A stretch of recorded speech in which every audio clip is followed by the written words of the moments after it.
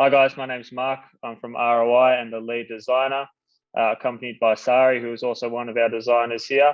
Today, we're just going to go through a few things that have changed in the last couple of years because of COVID and lockdowns, especially around Australia, and just give you some tips and tricks on what we have found works and what we think could really benefit your business and your customer base. So we're just going to go through a few points that I'm going to hand over to Sari, and then we're going to do a bit of back and forth, and hopefully you can take away some key items from this video.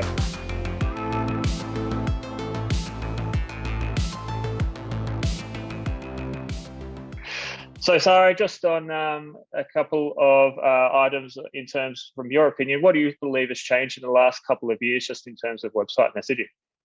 Over the last few years, a lot of more people are using mobile instead of desktop. So yeah, with a lot more people using their phone to search, shop and book online, we're seeing mobile traffic can overtake desktop traffic a lot of the time. So making sure the mobile experience is just as good as desktop is very important. So for example, a desktop website could have a lot more content, a lot more text.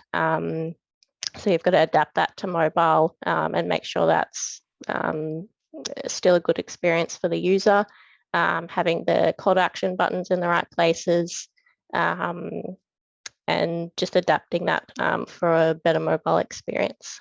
Yeah, it's a good point that you raised there, Sari. We just want to make sure that our messaging is clear, our call to action is consistent, and we're just removing any distractions. The overhaul is important because a couple of reasons. Number one, websites do tend to have multiple change variation, and it can get to the point where there's just too much going on, and it's just a lot easier to just really take a step back and actually do a complete reset of it.